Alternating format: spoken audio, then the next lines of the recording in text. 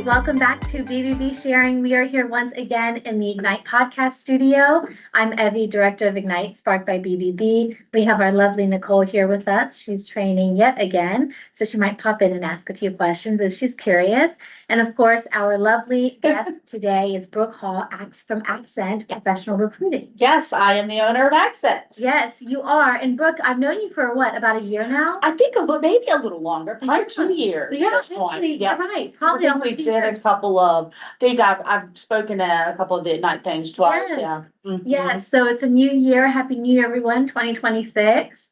And I think starting off the new year, being able to talk to you is really important because it's new beginnings, a new start for a lot of people. Mm-hmm. And with you doing recruiting, a lot of people are either looking for new roles right now or just joining the workforce. Right. So tell me about Accent Recruiting. Okay, so I'll give that story first and then we'll get into what trends I'm seeing. Yep. Okay. All right. So Accent has actually been in business since 1975. Really? Yes, and obviously I did not start that because I'm 50. I'm not afraid to tell my age, but so Accent used to be called Accent Personnel, which makes me laugh because that's just such a dated, Right. And so my former mentor, her name was Angie Furby. She bought the company in 2001. At that point, changed it to Accent Professional Recruiting.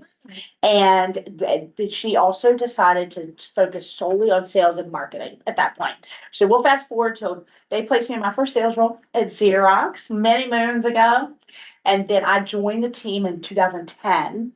Wow. Then we'll fast forward. I bought the company in 2019. So I have been recruiting in this market since 2010. So 16 years. And then I kept the company pretty much the same up until the pandemic. Sales and marketing was really our focus and some C-level management across the United States. So we don't recruit just local. I mean, my clients range from small local Richmond-based companies all the way up to Fortune 100. So it keeps it really entertaining. But during the pandemic, I had a team of great recruiters at that point that really didn't care if they ever talked to another salesperson again. I'll be honest. They were like, "Oh, we want to do other stuff." Yeah. And so we, quick story, we recruited heavily in the packaging and still do the packaging and supply chain space. Obviously, that boomed during the pandemic. And we had a couple clients that said, "Hey, you're great at finding salespeople. Can you find customer service? Could you find finance? Could you find accounting?" And we were in engineering, and we realized we were really good at it. So currently to date, we recruit across the country for a variety of positions or disciplines. The only thing I really don't do is IT recruiting. Okay. So sales is still my bread and butter, but we can do a lot of other things. But what I'd like to highlight is that sounds like we do a lot, and we do, but I like to think of it in the four major industries, and this is what we focus, but it's not limited to, right? And that's construction, with building products, and I'll include trades in that. So we're doing a lot of trade work because that is hard to find. And then we do packaging and supply chain, facility services, and industrial manufacturing. So those are the four main, like if you were to look at my current job roles right now, besides a couple of one-offs, that's the majority. Now, on the IT space, we don't do anything except software sales. Anything with sales, yeah. I mean, I have a lot of friends that do it. It's not my cup of tea, and so I need to get rid of space. It's competitive, and let's face it, most IT people are not going to want to talk to me. Like, they're like, "Who is this girl?" And I mean, if you don't know what you don't know, Right. Xerox was about as IT as I got, and I met my husband there, and that's about the only good thing that happened. So, so here we are. So yes, so that is Accent in the whole. Did any question? I mean, that was a lot. That was great because it kind of led me into like asking further questions about a lot of the trends that we see nowadays. Everybody's on TikTok, Instagram Reels, all this stuff. Everybody's complaining about how, unemployment is so bad right now because people are getting fired or laid off left and right. I think the reality of that has a lot to do with the actual jobs themselves, right, and not so much the employee market. Now, correct me if I'm wrong, because you know more about this than I actually do.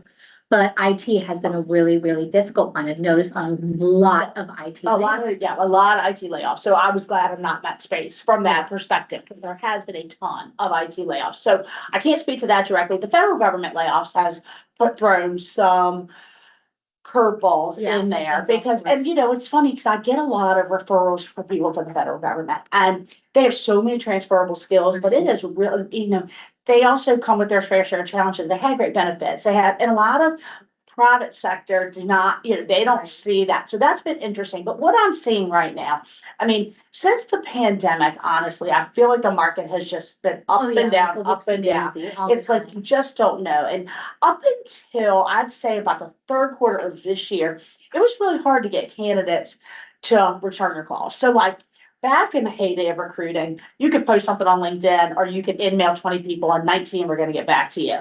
Crickets. So I think what we've had to do as recruiters have had to get really creative because they are being hit every which way by 25 recruiters, HR managers, and people are tired of it. People turned off their LinkedIn. I mean, I've turned off my LinkedIn notifications because you're always being sold to. So I feel like we have gone back on the candidate side to what I did in 2010, which was the old fashioned pick up the phone and call. I agree. But with what we do, I'm getting a lot of referrals, Abby. And that's what I like. So like, let's say a company comes to me and says, hey, I need an electrician. And so I'm going to call all the electricians I know and ask for the referrals because you'll hear companies get very frustrated. They post something online, they get 100 applicants and not one of them is qualified. Right. And so we take more of the headhunting approach, if you will. I very rarely will do a posting because I don't have time to go through all of that either. Even though they might be some great candidates, they're not a fit for what I need. Right. And so really it's more, you give me what you're looking for and we go out and find the candidates. So, but I do feel like candidates more and more over the break, I got a lot of, hey, I'm in the market confidentially. So I feel like people were quietly quitting. I think you probably heard that for a while. And then people are like, what's going on with the economy? I'm going to stay put. I feel like people are a little, on the candidate side, are a little more apt to talk at least now. On the client side, it's been interesting. Last year started very gangbusters, like, oh, we're gonna hire. Then no, we're not, and so first quarter, first 2 months, like I said, looked like 2025 was great. Then no. It was not. I think, whether it's tariff, not political stuff, but that's probably what caused a lot of it. And so what we saw was a lot of color companies saying, oh, if you see somebody that looks good, Brooke, send them my way. But I'm not going to, or we decided to put this on hold until the fourth quarter. But I will tell you that this is just one thing I can tell you is that normally it is dead, crickets in December on the recruiting side from a client perspective. Like they're trying to figure out budgets and all of that. I had 5 new client meetings, local Richmond companies between December 19th and December 23rd, which I normally don't work after December 19th, So I was like, but I'm not going to turn these people away. So to me, that is a cautiously optimistic from a client that there's going to be some hiring Right. going on. So, we can't continue like this because it's been so, they just have not been a lot of hiring. I've noticed that. I've noticed that there have been a lot of people that have been laid off from big companies. A lot of big companies. A lot of the big, like we're like Microsoft Yeah. and like Google, like all these big companies. Exactly. Like massive layoffs. Yeah.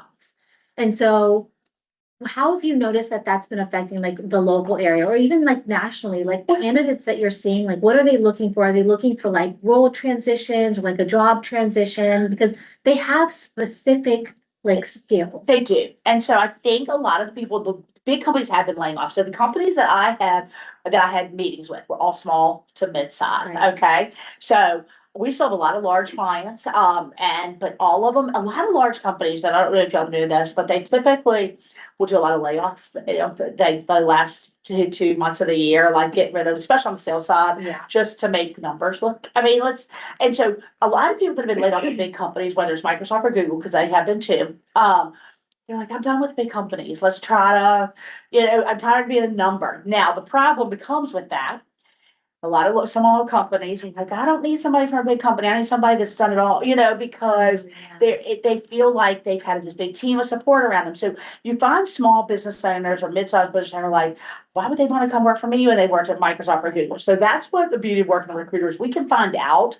Like if somebody just applies, you can't ask some of those questions. So we can be the ends. And I do ask that question, like, why are you going to go from like, okay, I went from Xerox, I mean, I don't know how big that is, to a 4-person company at Accent that's what I wanted. So we have a lot of really good questions we can ask as to why are you even, is it because you just need a job and you're gonna be looking again to go to Amazon so that's kind of been so it's interesting to see because you really have to make sure if you're going from a big to a small company, or if you wanna, like federal government, to, like, what's the reason? And if it's just for a job, a lot of employers are gonna, like, I don't wanna train somebody, spend the money, and then 6 months later, they're going down. And we're seeing a lot of people from a wage standpoint, there was a big influx of people were getting paid a lot of money. I mean, because of, and not the people who deserve it, but we all know that people were probably overpaid. And so what happens is that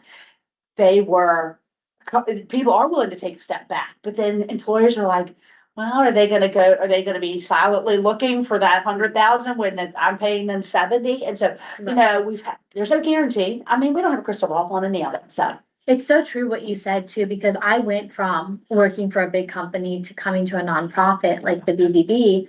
And so like sometimes Barry and I will talk to each other and be like, you're really like hung up on the details. And I'm like, yeah, because someone else was always taking care of the details for me. Yeah. And I didn't realize how important that actually was, because so many things fall through the cracks. Yeah. If there isn't that one person that's paying attention to that detail to make sure that everyone else is being held accountable for it. You're exactly right. And it is tough to go from where you have a big team to support and to then end up. So on an opposite standpoint, do you ever have businesses reach out for, say, the unknown?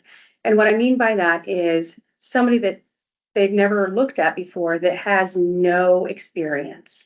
Say, like you were talking about, going from a big company, they know a lot about, say, this certain subject. So of course we want them on their team, but why would they want to choose us from a big business to a small business?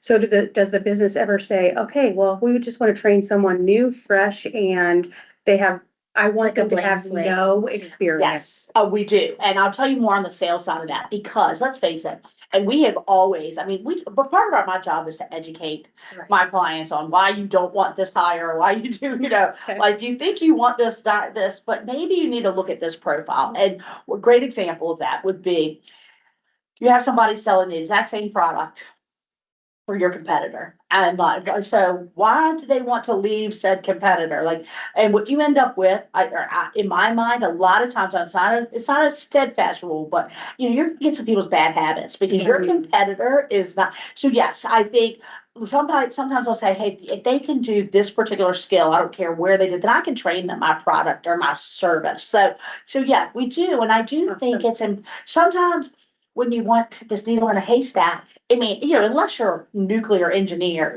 something like that, right? Yeah. But we do see it. And I oftentimes say, let's get creative.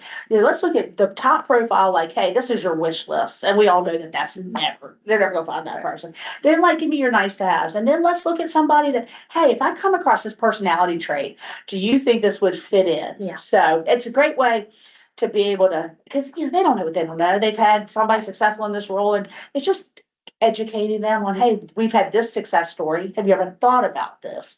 And a lot of times they're like, hey, thanks for that. Maybe it'll work. So, and leading into that, because I'll just say, I worked for Cisco. Oh, you did? Okay. Yeah, and we did like 7 weeks training that we had to do, and it was the Ritz-Carlton training. Right. We all had to go through it. It was phenomenal. They do a wonderful job with it. And they really are like. And you work for Cisco, right? Like food. Okay. Yeah, Cisco Foods. And there was like this ongoing word on the street with other like sales reps that why would other food companies train their employees when they would just take a Cisco rep? And because Cisco already did all the training for them. And so that kind of like was a massive light bulb for me. And I was like, oh my gosh. Also like, that's so not okay. Because this company invested all of this time in you. It does happen. So Xerox is another example. So there are a few companies on the sales side, let's just say that that they have been trained by the white glove, and Xerox is one of them, Paychex, ADPs. There's some really good and nationally recognized training programs. And so and I will not say I'm not guilty of it, like say, hey, have you ever thought about going after this particular company? Yeah. Because they have had phenomenal training. So you don't need to train them on the sales part. Now you just need to train them on the, and I, come from the Xerox world, I know because I was trained like that. And I still, whether for better or worse, I've done a different sales training since. So it's been a long time, but, I knew what I was doing because Xerox spent a lot of money and invested. But I do think some of those companies like a Cisco or Xerox, they realize because the job is hard, it's a Right. grind, that they're never, Oh. yeah, they're expected, if they get 2 or 3 years out of somebody to go, right? It's like, 100%. right, it's a gold mine. So I think that's what's interesting is a lot of these small and mid-sized companies, because they don't have the bandwidth Right. to do a lot of this training. So if they can get trained by a big company, and not to not big companies, because we need them all, we need all of it. But they have the bandwidth to train and to invest. And so we take that skill set and we move it to a small company. And so it works, I think. Now, for those that are just joining the market, because we've noticed there's also been this trend of like, oh, your degree is basically worthless. Like Right. everyone's I agree with the American government, guys. So Right. like, they're not in they're recruitment like, oh my companies. gosh, your degree's worthless. Like I broadcast journalism major, Right. but I did like a total 360 when it came to mine.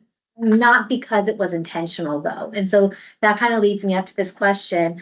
Let's say somebody has a degree, but they're really joining the job market and it's hard right now to find. It is. And they're like, okay, well, maybe I should venture out to trying something new, totally unrelated to my degree. What advice do you have for that person when they're looking for something? I think to be open-minded is probably number one because, and I don't know if it's the university, whatever the school, whatever education they got, are telling them they can go get all this, and they're also putting very unrealistic comp expectations in their heads. So I feel like to be open-minded and realize that you might have to take this job to get somewhere else. But as much as you can do to try to, whether it's internships, whether even, because even you can still after you graduate go get an unpaid internship, get some Oh, yeah. experience. I think that is key. Also, and this is really for everybody, if you know you really want to go work in this industry or for this company, start following them on LinkedIn, start engaging in their posts. I mean, you've got to set yourself apart because AI, for better or worse. I mean, it was bad applying online stuff. I've called it the black hole for 16 years because you just don't.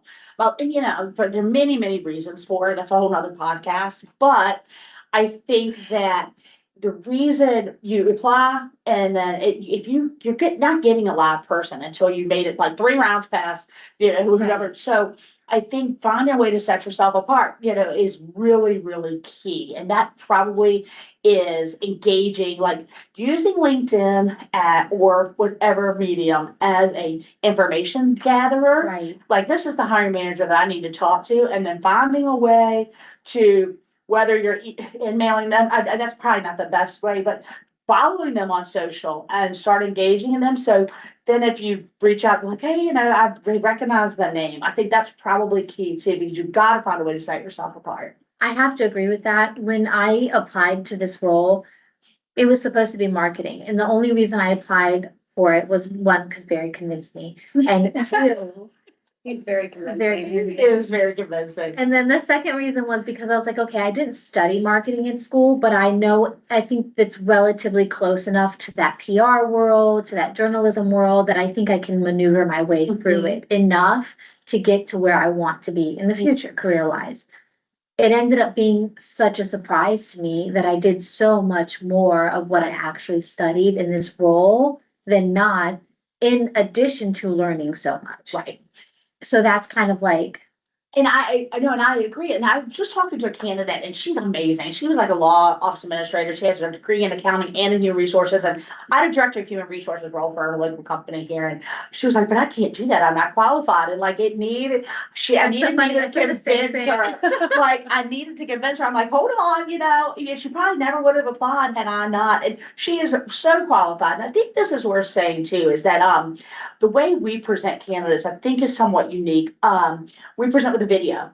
And so, because I don't think the resume tells the whole story, doesn't show any. And so that way, if if you were like, hey, I don't have any of this, but this is why I think I'm qualified, you can hear in your voice, you can't write that on a resume, and cover letters can't read those anymore, Very right? true. So our clients love it because most of my clients are traveling and they just put it on and listen to somebody talk and like, oh my God, I never would have thought this way. If you would have just sent me the resume, Brooke, I would never have interviewed them.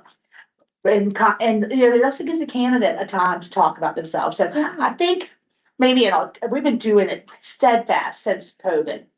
And I maybe had a handful of times where someone's been like, why did you send me that video? I probably would have interviewed them had you not sent it. But at the end of the day, that wastes nobody's right. Right. Then if they realize from that personality that they were never gonna hire, then I didn't waste anybody's time. That's actually, I have to agree with that because sometimes you just know right off the bat that you're not gonna Yeah, buy. yeah, The exactly. communication's probably not gonna be well. So you did do them a favor on Exactly. both ends. On both ends, yeah, because God, and we have to remember, candidates are so picky right now. So, and I have to educate my clients all the time. It is not 2010 where you called all the shots. You really have to sell them as much. And It is about selling yourself as as a a company, right? And so I have a pretty large GC, general contracting firm here.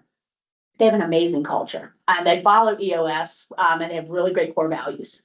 But nobody knows it. And I mean, yeah. And so my suggestion was the owner needs to do a video and get on, and because people are looking for that. So the more the owner or whoever the manager can get out there and whether it's through video or podcast to explain the culture, I think that is key because they're competing. I mean, I say a lot with my trades because let's face it, there are not enough roofers, electricians, plumbers, what have you, and people are fighting for the same group of people. Right. They're taking one from one to the other. And the only way to set yourself apart, because there are some bad, being BBB, there's some bad eggs in the trades. Sure. And so Yeah. the more you can set yourself apart there, and they're like, what? You get this master electrician, and I want him to go on video. He's like, absolutely not. So we have to do some workarounds. But it really does. I think the more you can be present and show, I was talking to a friend of mine who's really big into nonprofit. I do a lot of nonprofit work and I love them. But to show like how you give back to the community and because it's becoming more and more important, especially to the generations of not my generation. Not mine either. But I mean, it is important. And if you can show, if you've got show a volunteer day or, we were just on a call and one of the girls in my group, it was a manager for a bank and so they're giving her a day off for volunteering. Like something like that is, even though it might seem silly, is a big attraction. It is a big deal. It's something that we talk about here often too, because so many people want to have the time to volunteer. And they don't. And they just don't. And you're like, oh, well, you can always do it on the weekend. That's true, but I feel like so many other things that you say. You on the weekend. Exactly. And I mean, I call my own shots, obviously, but so I can volunteer, but I mean, that doesn't make me a lot of money. My husband's like, all this volunteer stuff is great, but paycheck? And I'm like, it fills my heart. He's like, but it doesn't pay our mortgage. But no, I mean, so you have to find a happy medium. But for somebody like, she wants to do all this volunteer, she's like, well, I might have to take PTO. And I feel to myself like, that's not right either. I mean, yes, you shouldn't take a day off a week to go volunteer, but just little things like that and show, I think companies really should I highly recommend people going out and companies really embracing what their culture is and things people don't see besides this is the dollar amount I'm gonna pay you and this, that, and the other. Because you know as well as I do, people are looking on Glassdoor or what have you, and the only thing that's there is black. Like people, it's just like when you go and you look at some reviews, like everyone that's gonna go post a review, it's either gonna be one extreme or the other. It's gonna be a really good extreme or a really bad. There's no happy medium. Right. Exactly. So that's just some suggestions to navigate this market, but. I love it. And how can people get in contact? They can get in touch with me. So I'm actually going to say, I'm going to give my cell phone number because I mean, I am out and about all the time. So, and I check, I have voicemails at work and I probably not check them at all. And my voicemail is probably full right now too. But my goal today is to get clean out this voicemail. But no, my cell phone, which is the best, probably text is the best, is 804-814-7710. Our website is Accent, ACCENT, Recruit, RECRUIT.com. I mean, how many times do y'all think I've said that over 16 years? And then, my email is bhall, so BHALL, and accentrecruit.com. So any of those ways are probably the best ways to get in touch with me. Perfect. And I'm on LinkedIn too, so. Yeah, I'm gonna have your socials and all your information Okay, good. in the description box. So if you guys are watching on our YouTube channel, BBB Central VA, check the description box for Brooke's information. And of course, like, share, subscribe, and comment down below. It really helps the algorithm out. And if you're listening on our podcast audio version, Apple Podcasts, Spotify, or RSS.com, please make sure to share it out and like us and follow us. So thank you, ladies, so much. This has been great. I'm glad we were able to do this today. And I'll Thank be you back for letting whenever me you want. join. All right. Thank y'all. Thank you. Thank you.